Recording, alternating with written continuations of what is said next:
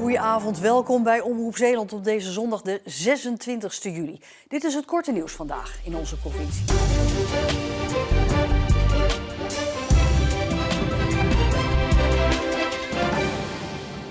Wie door de Sluiskiltunnel moet rijden, heeft ze vast wel al zien liggen langs de kant van de weg. Deze grote witte drinkwaterleidingen.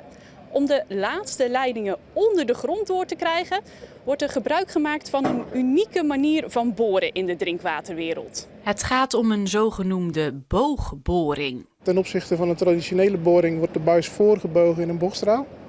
Waardoor die eigenlijk gebogen en wel al het gat ingetrokken wordt. Waardoor je eigenlijk een kortere afstand kan overbruggen dan met een traditionele boring.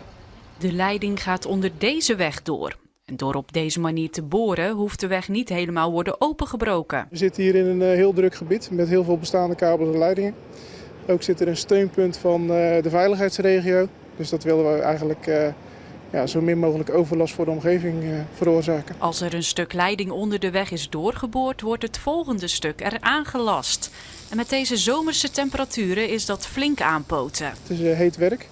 En die leiding wordt ook vaak voorverwarmd om hem te kunnen lassen. Ja, in dit geval komt er nog een beetje extra warmte van de omgeving bij. Dus veel drinken en op tijd rusten. Waterbedrijf Evides legt de extra drinkwaterleiding aan in de Koegorspolder, zodat er in de toekomst voldoende drinkwater is in de regio.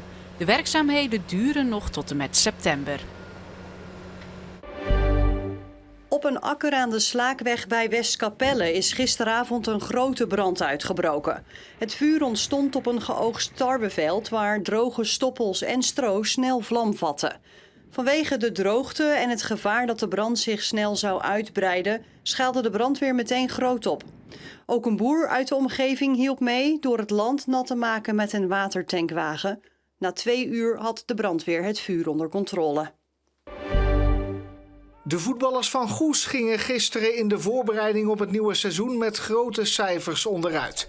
Maar tegen tweede divisieclub IJsselmeervogels schrikken ze bij de Beverlandse club niet van zo'n 2-5 nederlaag. Trainer Giovanni Sierenveld denkt dat zijn ploeg op schema ligt richting de competitiestart in de derde divisie over 3 weken. De jongens maken een gretige indruk. Kijk, het is nu nog echt te vroeg om conclusies te trekken, maar het gevoel is goed en... er wordt lekker getraind, er wordt goed gewerkt. Veel energie zit er in deze ploeg. En dit moeten we gewoon verder gaan uitbouwen. Door de promotie van Kloetingen is Goes de enige Zeeuwse club in de derde divisie. De doelstelling is duidelijk. Vorig jaar hebben we ook gezegd dat we dat beter doen als het jaar ervoor. Nou, dat is dit jaar niet anders. Dus we hopen gewoon richting die plek 12 tot en met 10 te kruipen. En het zal moeten blijken of dat realistisch is. Dat het weer alle hens aan dek wordt. Of dat we misschien zelfs wel... naar boven mogen gaan kijken. Net als vorig seizoen dat je misschien wel ineens in die top 7 terechtkomt. Dat was voor de winter wel zo. Nou, laten we het hopen. De competitie start voor Goes op 16 augustus met een thuisduel tegen EVV uit Echt. Een bijzonder schip trekt veel bekijks in de haven van Breskens. De Nau Victoria is een replica van het schip dat ruim 500 jaar geleden voor het eerst de wereld rondvoer. Bezoekers die vinden het prachtig. Ja, een leuke attractie vind ik toch zeker. Met dit weer eigenlijk. Nee, leuk dat die Breskens aandoet. Ja, bijzonder. Je voelt je zo precies 500 jaar geleden terug. Je kunt je een beetje inbeelden hoe dat die mensen aan boord, hoe dat die leefden. Maar toch indrukwekkend hoe ze zonder moderne apparatuur, hoe ze zo konden zeilen, hun weg vinden met kaart, kompas. Dat is ongelooflijk. De 12 vrijwilligers aan boord zijn niet alleen gids, maar ook klusjesman. We have to do maintaining. So there's always some places to do painting or grinding. And that's how we spend our working days. And when we have our days off, we try to explore the city where we are. Deze zomer doen ze 30 Europese havens aan. Het schip ligt nog tot zondagavond 8 uur in Breskens. Maandag varen ze verder naar Plymouth in Engeland. Het was vandaag beduidend ander weer dan gisteren.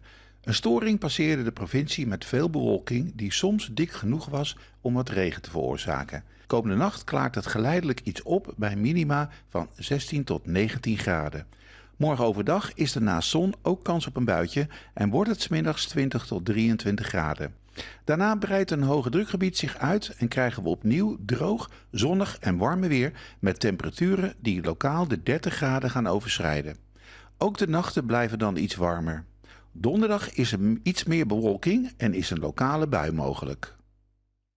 En tot zover het korte nieuws en ook het korte weerbericht van deze zondagse editie van Zeeland Nu.